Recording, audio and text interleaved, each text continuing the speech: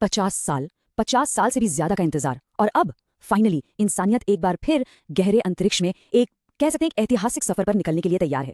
और यह सिर्फ एक मिशन नहीं है, ये तो अंतरिक्ष में हमारी वापसी का एक बिल्कुल नया चैप्टर है, एक नई शुरुआत।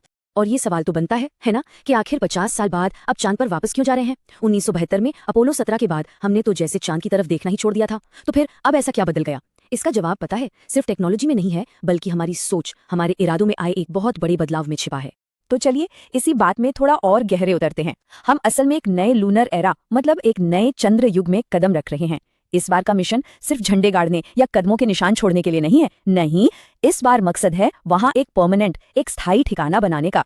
अगर हम अपोलो और आर्टेमिस प्रोग्राम को आमने सामने रखें तो फर्क साफ दिखता है। देखिए, अपोलो प्रोग्राम तो कोल्ड वॉर की देन था, एक होड़ थी कि कौन पहले चांद पर पहुंचेगा। मिशन भी छोटे छोटे होते थे, बस कुछ दिनों के।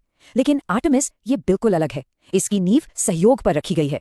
इसका लक्ष्य है लंबे समय तक वहां रहना, एक सस्टेनेबल बेस बनाना और उसे मंगल ग्रह पर जाने के लिए एक लॉन्च पैड की तरह इस्तेमाल करना। मतलब ये पूरा एक पैराडाइम शिफ्ट है। हम शॉर्ट टर्म एक्सप्लोरेशन से हटकर अब सस्टेन्ड ह्यूमन हैबिटेशन यानी स्थायी मानव निवास की तरफ बढ़ रहे हैं। ये सिर्फ खोज नहीं, बल्कि किसी दूसरी दुनिया पर जीना और काम करना सीखने की तैयारी है। सच कहूं तो ये इंसानियत के लिए एक बहुत बड़ा, एक निर्णायक मोड़ है। तो अब आते हैं हमारे मेन टॉपिक पर, आर्टेमिस 2। ये हमारी मंजिल नहीं है, बल्कि उस मंजिल तक पहुंचने के लिए एक बहुत बहुत जरूरी और जोखिम भरा टेस्ट है। इसे आप कह सकते हैं गहरे अंतरिक्ष में इंसानों के साथ पहली रोड ट्रिप, एक ऐसा सफर जो आने वाले बड़े मिशन के लिए रास्ता बनाएगा। नासा इस बार कोई जल्दबाजी नहीं कर रहा। ये एक बहुत ही सोचा समझा स्टेप बाय स्टेप अप्रोच है। देखिए, आर्टेमिस 1 ने क्या किया, उसने बिना किसी इंसान के रॉकेट और कैप्सूल को टेस्ट कर लिया, जो कि सफल रहा। अब आर्टेमिस 2 उसी सफर को एस्ट्रोनॉट्स के साथ दोहराएगा। क्यों? ताकि ये पक्का हो सके कि सारे लाइफ सपोर्ट सिस्टम्स सही से काम कर रहे हैं। इसके बाद आएगा आर्टेमिस 3, जिसमें ह्यूमन लैंडिंग सिस्टम, मतलब जो यान असल में चांद पर उतरेगा, उसे टेस्ट किया जाएगा।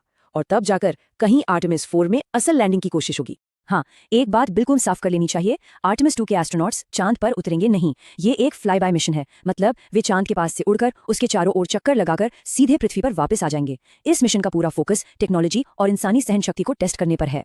तो ये 10 दिन का सफर आखिर होगा कैसा? ये सिर्फ एक यात्रा नहीं, बल्कि इंसानी इंजीनियरिंग और हिम्मत का एक शानदार प्रदर्शन होने वाला है। एक ऐसा सफर जो कई नए रिकॉर्ड बनाने जा रहा है। इस मिशन के 2 असली हीरो हैं। पहला, स्पेस लॉन्च सिस्टम यानी SLS रॉकेट। ये दुनिया का सबसे शक्तिशाली ऑपरेशनल रॉकेट है, जो गहरे अंतरिक्ष के मिशन के लिए ही बना है।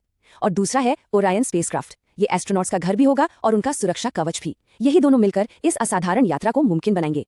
तो ये 10 दिन का सफर कुछ इस तरह का होगा। लॉन्च के बाद ओरायन पहले पृथ्वी के 2 चक्कर लगाएगा, ताकि सारे सिस्टम्स चेक हो जाएं। फिर एक जोरदार इंजन बर्न उसे चांद की तरफ धकेल देगा, जिसे ट्रांस लूनर इंजेक्शन कहते हैं। लगभग 4 दिन की यात्रा के बाद ये चांद के पास पहुंचेगा, उसके चारों ओर घूमेगा और फिर घर वापसी का रास्ता पकड़ लेगा।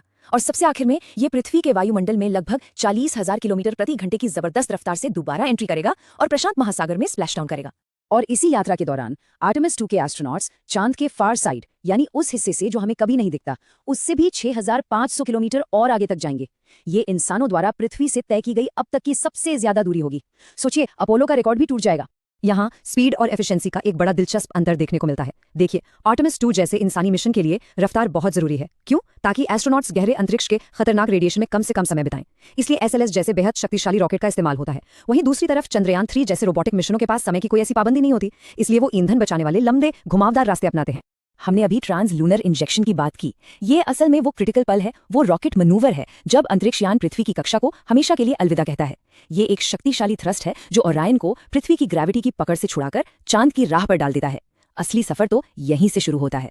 लेकिन इंजीनियरिंग का ये कमाल किसी वैक्यूम में नहीं हो रहा है। नासा ये सब अकेले नहीं कर रहा। आज चांद पर वापसी एक नई ग्लोबल रेस बन चुकी है। एक ऐसा मैदान जहां कंपटीशन और कोऑपरेशन यानी प्रतिस्पर्धा और सहयोग दोनों साथ साथ चल रहे हैं।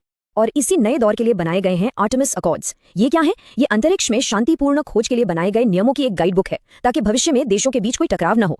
भारत समेत कई देश इस पर साइन कर चुके हैं। और सहयोग की इससे बड़ी मिसाल क्या होगी कि आर्टेमिस 2 मिशन पर एक कनेडियन एस्ट्रोनॉट भी जा रहा है।